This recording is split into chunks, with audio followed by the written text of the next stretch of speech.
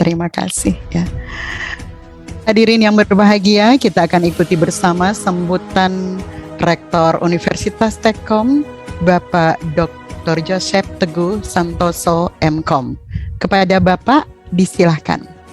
Nah, di mana terjadi perbedaan dulu itu kebanyakan bahwa dari masyarakat itu berpikir bahwa perempuan itu ada di bawah derajat laki-laki, seperti itu ya.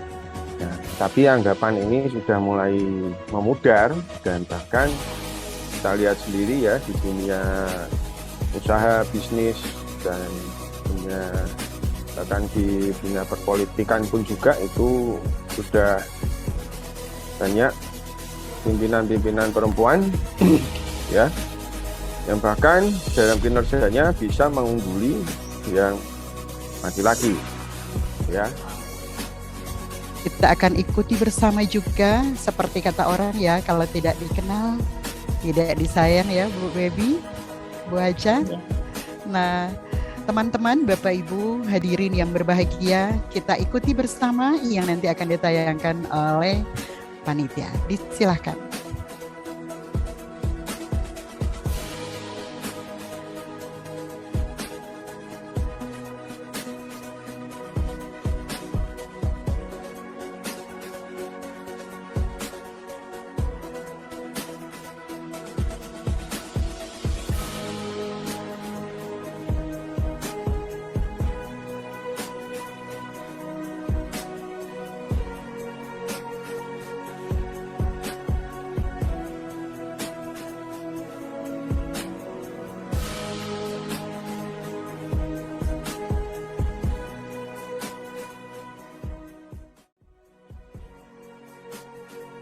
Saya ucapkan terima kasih atas kesempatan yang diberikan kepada saya.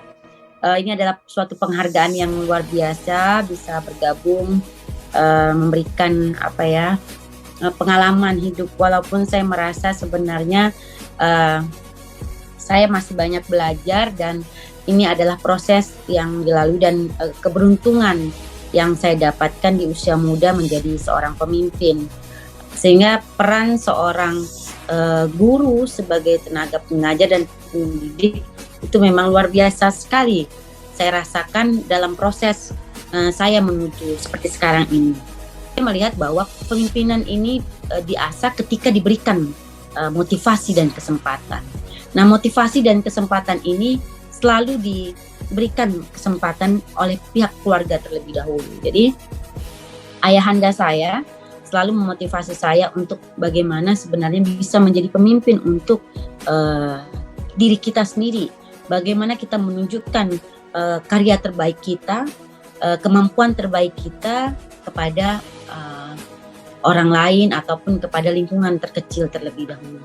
Nah, inilah yang saya rasakan, sehingga asahan dan motivasi yang saya dapatkan dari guru, dari orang tua. Kebetulan ayah juga adalah seorang politisi dari Partai Golkar juga, yang 2 periode sebagai anggota DPRD provinsi, selalu memberikan, mengajak berkomunikasi dan selalu memberikan arahan, bercerita ketika di meja makan, kemudian selalu bersahabat dan selalu merasa dekat gitu dengan anak-anaknya.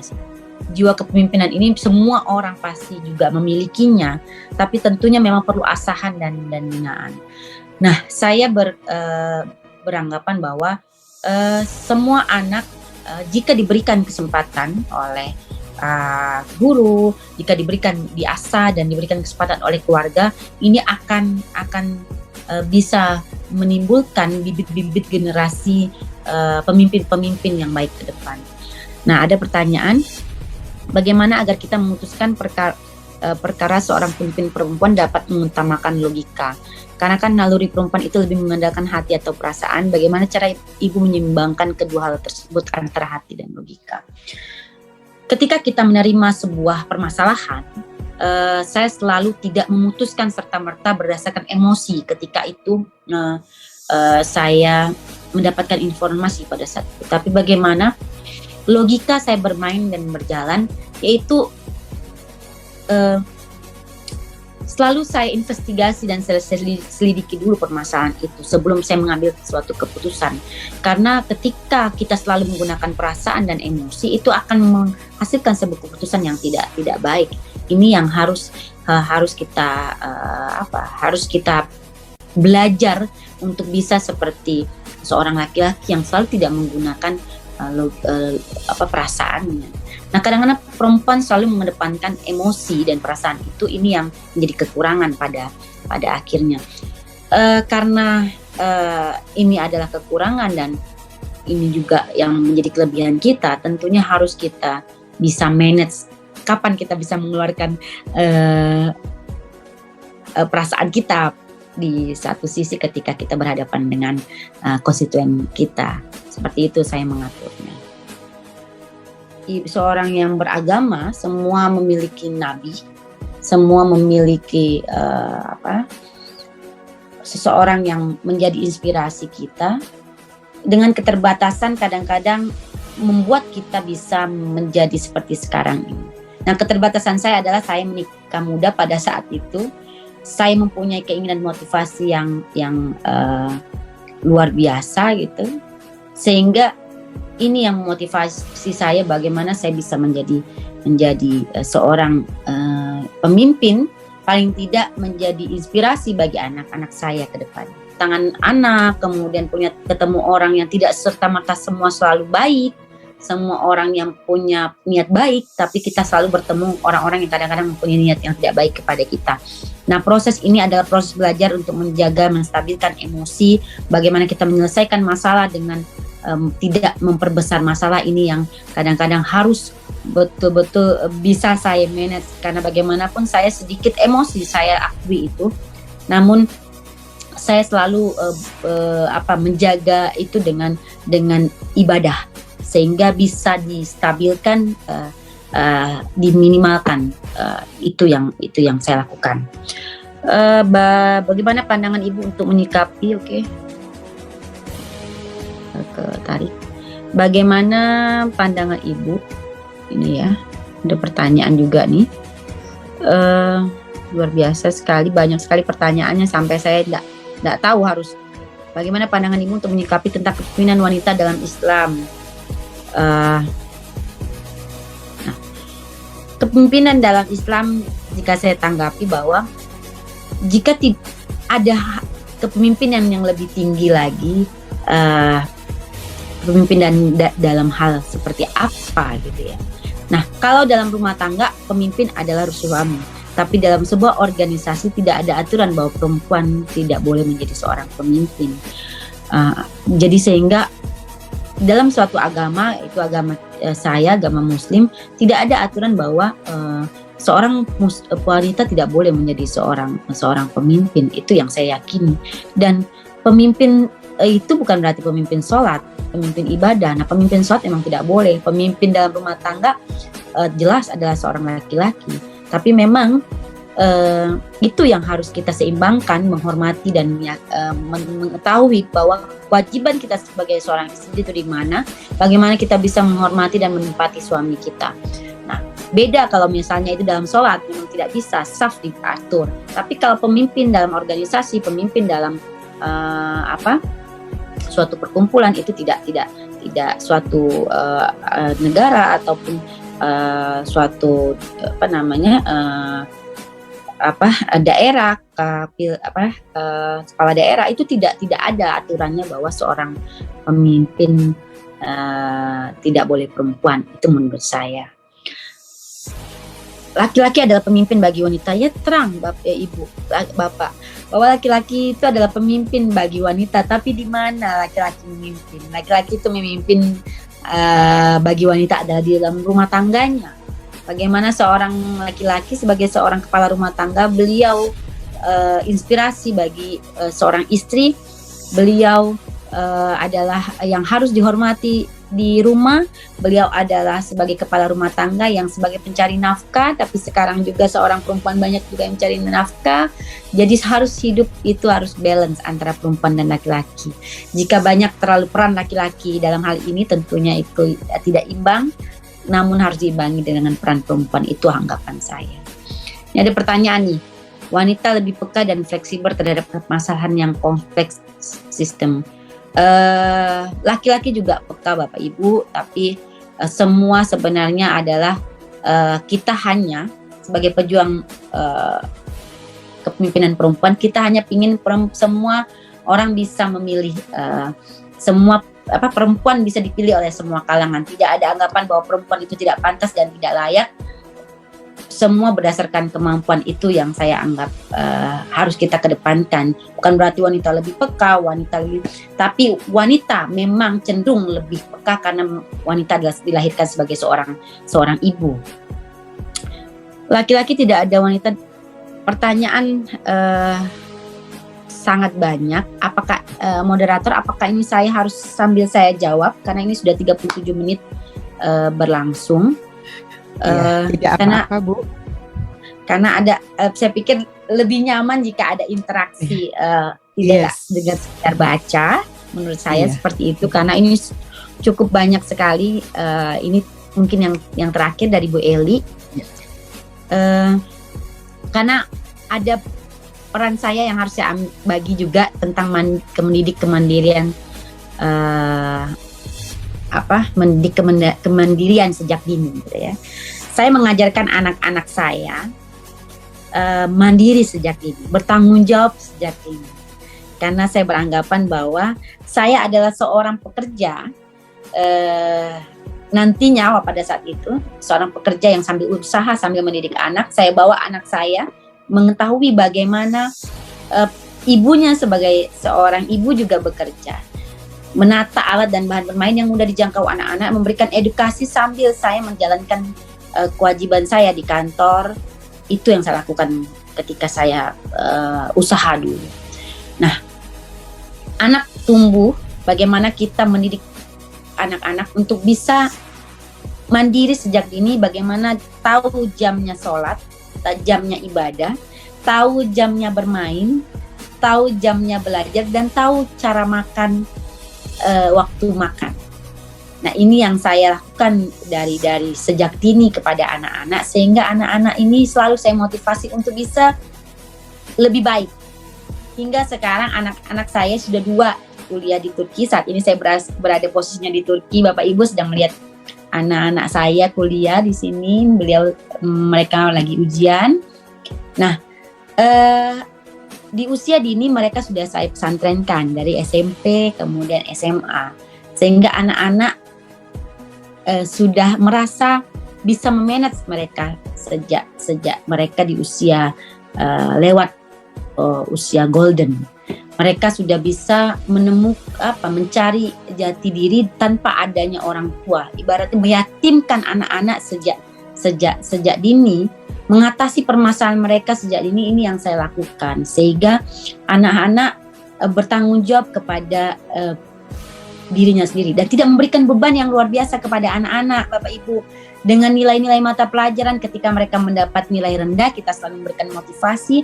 Ketika mereka mendapat nilai tinggi, kita berikan pujian dan kita berikan semangat untuk tidak sombong. Itu yang saya lakukan, karena saya juga dari usia muda menikah sangat belajar untuk menjadi orang tua yang baik. Sampai sekarang pun saya selalu belajar untuk menjadi orang tua yang baik. Jadi mungkin Bapak Ibu di luar sana lebih Bapak Ibu yang dalam Zoom ini jauh-jauh lebih baik daripada saya. Tapi alhamdulillah saya bisa manage karir saya dan anak-anak saya. Sekarang posisinya mereka 2 kuliah, 1 SMP. Yang kuliah ini mengambil perdagangan internasional dan desain grafis dengan pilihan mereka sendiri. Dengan motivasi saya, tapi mereka menentukan sendiri, sehingga mereka tahu harus kemana masa depan mereka dengan apa yang mereka pilih, seperti itu. Nah, kemudian saya mencoba menjawab pertanyaan. Ini sudah saya sampaikan. Jadi biarkan anak-anak memilih dan bertindak menurut kemauannya. Kemudian kita dampingi ketika mereka berusaha untuk menyampaikan apa yang mereka rasakan ketika mengalami kesulitan. Berusaha untuk melakukan komunikasi yang baik kepada anak-anak, selalu menjadi teman yang baik. Walaupun saya kadang-kadang juga punya kelemahan di sini. Ya perempuan tuh ngomel ya ibu-ibu ya, selalu sedikit memberikan masukan dengan cara omelannya itu yang dirindukan oleh anak-anak. Ini ya kelemahannya, mungkin anak-anak kadang-kadang tidak suka dibawelin, sehingga saya mengaturnya dengan pola komunikasi yang tarik ulur, seperti kelayang tarik ulur kepada anak.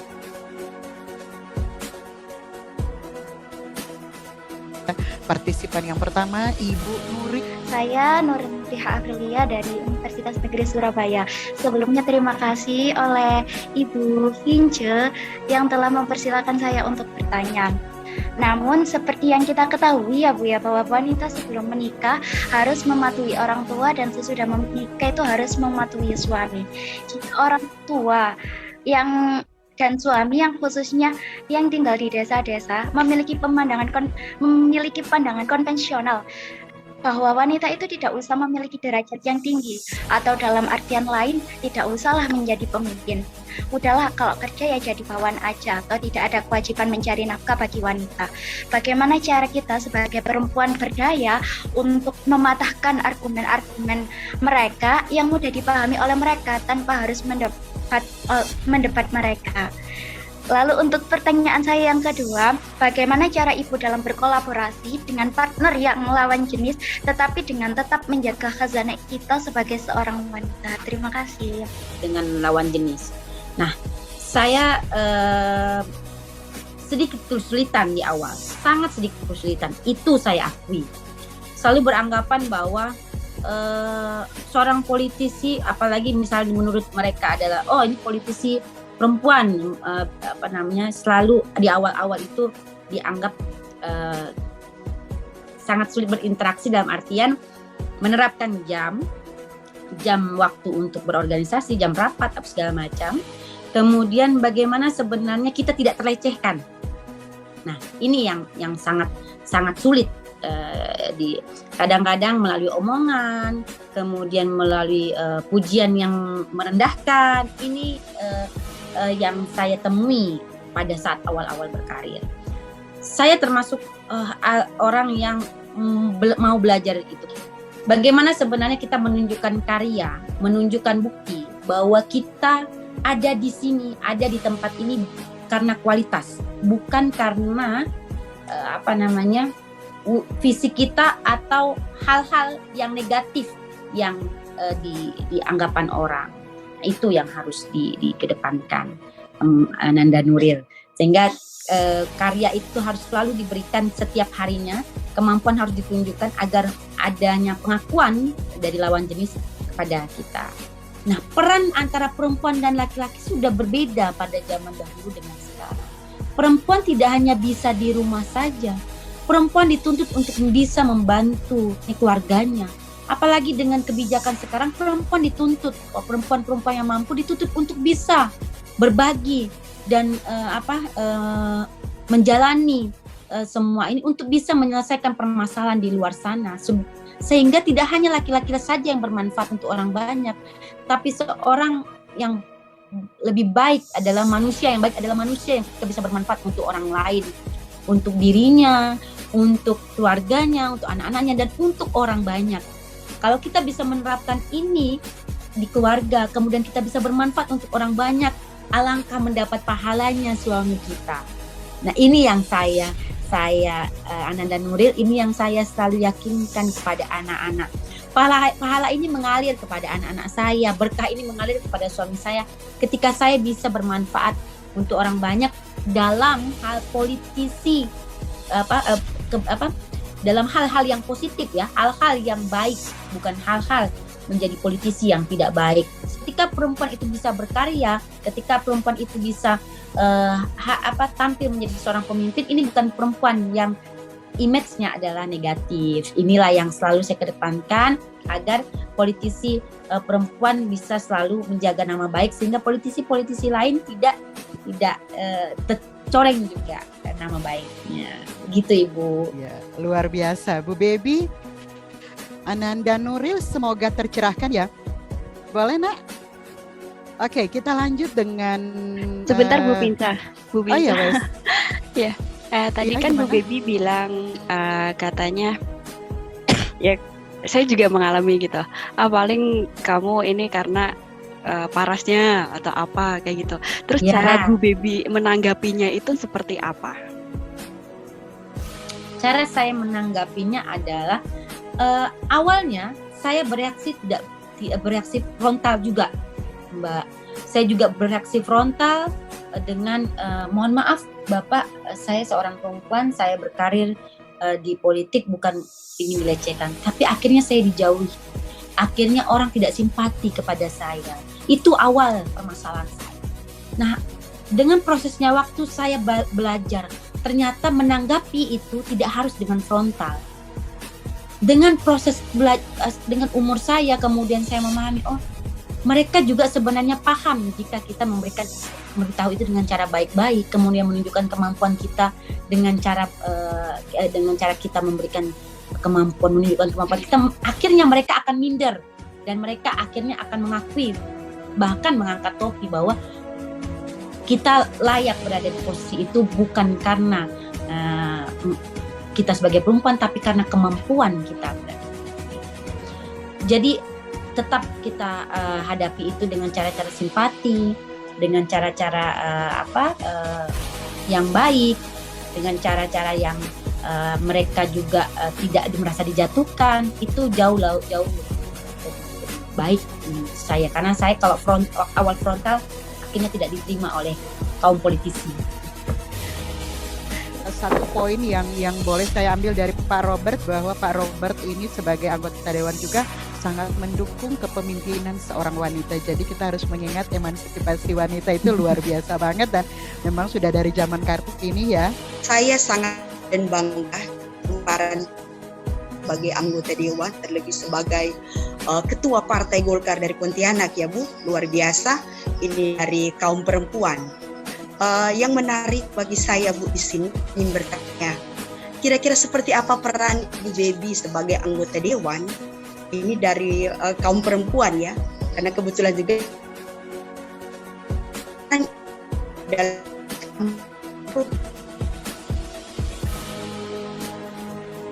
merdeka dewan, tetapi juga sebagai ibu ketika di rumah. Saya dengar tadi ibunya doakan yang masih sekolah, ada yang mahasiswa, bahkan ada yang masih sekolah menengah pertama ya Bu. Seperti apa peran Ibu Baby ketika menunjang program pemerintah terkait kurikulum merdeka atau implementasi kurikulum merdeka tadi? Terima kasih Bu, mungkin itu pertanyaan saya. Ya, Bu Yurika, terima kasih atas pertanyaannya. Saya juga ada lihat ini di tertulis bahwa memang kurikulum merdeka sudah tersosialisasikan. Nah, bagaimana implementasinya kurikulum merdeka di daerah saya, ini juga memang baru tersosialisasikan Ibu. Tapi yang saya ketika ini tersosialisasikan, yang saya tangkap adalah bagaimana seorang yang diharapkan anak-anak murid kita, kemudian yang saya implementasikan di keluarga saya, bagaimana anak-anak saya sebenarnya ini bisa ketika saya menjalankan tugas sebagai seorang ibu, seorang politisi, ini juga bisa diterapkan bahwa anak-anak ini kita gali kemampuannya, kita gali kecerdasannya. Dengan kalau bahasanya saja sudah merdeka, berarti mereka harus bisa menggali kemampuannya secara keinginan mereka, tanpa harus terlalu diberikan beban yang arahan atau beban atau tidak di luar keinginan mereka. Nah, walaupun semuanya tetap menjadi arahan aturan tetap dijalankan. Ini yang saya lakukan di rumah tangga saya, sehingga penerapan implementasi kurikulum merdeka ini belum dari bahasanya saja sudah bisa kita terapkan di keluarga kita. Kemudian terkait kiat-kiat saya dalam menjalankan tugas atau peran saya di rumah tangga sudah saya sampaikan tadi Bu Yurika. Jadi tidak ada hal sebenarnya yang luar biasa ketika seorang perempuan menjadi pemimpin, Tapi ketika bisa berimbang dan menjalankan ini secara balance terhadap keluarga, perannya sebagai seorang istri, sebagai seorang ibu, juga sebagai seorang politisi yang juga memperjuangkan kepentingan orang banyak, ini bisa dijalankan sesuai tugasnya, sesuai amanahnya, ini secara baik. Ini yang sebenarnya akhirnya dianggap luar biasa. Padahal ini ketika seorang perempuan memimpin ini semua juga bisa. Bu Yurike, Bu Vince, semua di seluruh Indonesia ini, di Kalbar sendiri pun ini bukan sesuatu yang luar biasa. Tapi inilah yang ketika semua bisa terjalankan secara baik, implementasikan kurikulum merdeka kepada anak di rumah, anak di sekolah, di mana saja, ini bisa kita terapkan, ini adalah sesuatu yang menjadi nilai yang plus. 1 menit terakhir ya Bu Baby. Ya, oke. Terima kasih Bu Baby. Ini Ibu Yurike, Pak Robert, semoga tercerahkan ya atas sharing-sharing tadi, dan ya mohon maaf sekali. Pak saya sampaikan. Oh ya, oke. 1 menit terakhir ya Bu Baby, silakan. Oke. Pak Robert seorang politisi, seharusnya bisa sudah paham dan sudah tahu bagaimana menjadikan seorang istrinya menjadi juga seorang politisi seharusnya ya Bu ya. Jadi bagaimanapun bukan berarti kita mengabaikan peran laki-laki atau hal apapun, mengabaikan kewajiban kita sebagai ibu rumah tangga. Semua harus bisa dijalankan, semua harus tahu porsinya bagaimana menjalankan sebagai seorang ibu, sebagai seorang istri. Nah, dukung penuh selalu perempuan untuk bisa bermanfaat untuk orang banyak. Insya Allah bisa melakukan hal-hal yang positif. Pak Robert juga sebagai seorang politisi harus bisa mendukung ibunya di rumah. Nah, saya ingin menanggapi sedikit pertanyaan. Sini ada pertanyaan dari Pak Sudarto yang mengatakan bahwa seharusnya kita zaman emansipasi itu seharusnya mengangkat martabat wanita sesuai ridha Allah. Itu baru emansipasi, bukan untuk bebas semaunya tanpa aturan. Nah, ini saya setuju Bapak, ini setuju. Nah, politisi ataupun orang yang kita di dunia kerja, bukan hanya politisi, itu harus bisa menerapkan ini. Bagaimana kita mengangkat martabat wanita. Dan laki-laki pun harusnya bisa mengangkat martabat wanita secara bersama-sama, karena memiliki anak, memiliki ibu adalah seorang wanita. Jadi berikan kebebasan kepada perempuan, bukan berarti kita bebas atas semaunya tanpa aturan, tapi bagaimana semua bisa dijalankan secara baik. Nah, bukan berarti juga harus merendahkan seorang perempuan Bapak. Ini adalah zaman dulu saja sudah ada emansipasi wanita, zaman dulu saja Khadijah bisa.